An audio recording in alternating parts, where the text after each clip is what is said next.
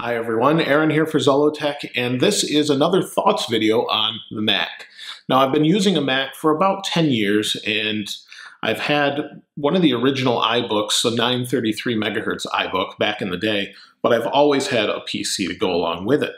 Now when I started this channel, Zollotech, almost 5 years ago now, I actually had a MacBook, and I used to use that to edit the videos and things along those lines, do different graphic art, and I prefer that. And I really like the interface of the Mac, and I really like the operating system as a whole. It's very solid. It's based on Unix or FreeBSD, and it's really a very solid platform. I very rarely have any problems where it crashes. Now, apps will crash within it, but the operating system itself is extremely solid and is Unix-based and allows you to use all those different terminal commands and allows you to do a lot with it. And if you need Windows, you can just dual boot it using Boot Camp and have Windows on there as well. So it's a really versatile system, and I don't think a lot of people realize that. So it basically has the best of both worlds. Now, obviously, there's the cost issue. A lot of people stay away from Macs due to cost. They say they can build custom PCs cheaper, and that may be true, and you can get cheaper laptops, but when you start to spec it out spec for spec, say along the lines of an Ultrabook like a MacBook Air, you're probably going to be surprised to find that most other companies that make Ultrabooks are right around the same price point. They're in the $1,000 range, give or take. One example would be the Surface Pro 3 that just came out actually today. And that can start at $800 and go up to $1,500. So right in the MacBook Air range, which is, even though that's a touch-based tablet/laptop hybrid thing, it's really nice, but it's meant to compete with the MacBook Air. They actually said that in their keynote. And so as a competitor, it's in the same price range. So are different laptops from Lenovo and HP and all the other companies that make Ultrabooks, and that's pretty much the going price for an Ultrabook.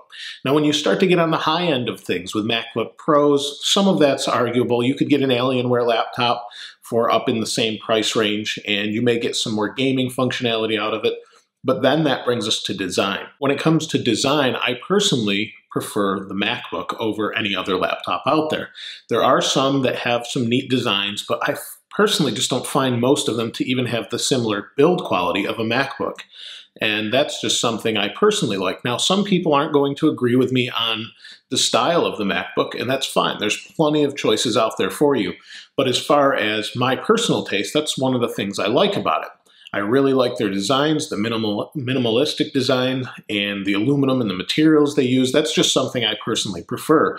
And obviously not everybody's going to have the same exact taste, so no problem there. But as far as Macs, that's pretty much why I use a Mac. Along with that comes the software. Now I use Final Cut Pro 10, and I really prefer that as far as video editing goes. Some other people like Adobe Premiere, and there are other options as well, but those two are pretty much the top, Premiere and Final Cut, and I prefer the way Final Cut works. But I could also run Premiere if I want to switch at any time in the future. And I actually thought of doing that when the new Final Cut came out, but then I actually really liked it and stuck with it. One of the other great reasons I use a Mac is actually the warranty and the serviceability. So if I have a problem, I can go to a local Apple store, just bring it in, and they usually will either fix it or send it out, and I'll have it back in a couple days if I had a major problem with a MacBook. It's very rare that I have. I did back in the day when I had one of the white MacBooks that was made out of polycarbonate. They actually had a problem with those where they would chip a little bit, but they would replace it, and I had it the next day, so that wasn't a problem. But that's something that is really difficult to compete with. For example, for what I do, I actually brought in a laptop to a local store, and the store still has it, and it's almost been a month since we've actually gotten it back. That's a big problem to me. It's something I need regularly, and unfortunately, I know that's not the case for everybody, but in this particular case, that was a big pain. I like to have a local Apple store I can just go to when I have a problem and walk out of the store satisfied, or have to come back in maybe a couple days and get it. So as far as that goes, there's not many other places that are going to compete with that, and that's kind of what Apple's known for. You're paying a lot for that service too, and I personally am willing to do that.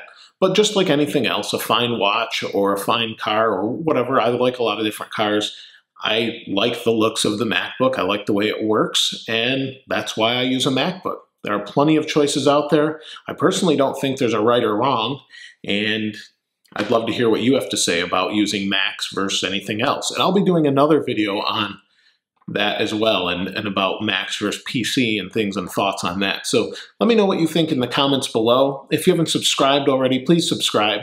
As always, thanks for watching. This is Aaron. I'll see you next time.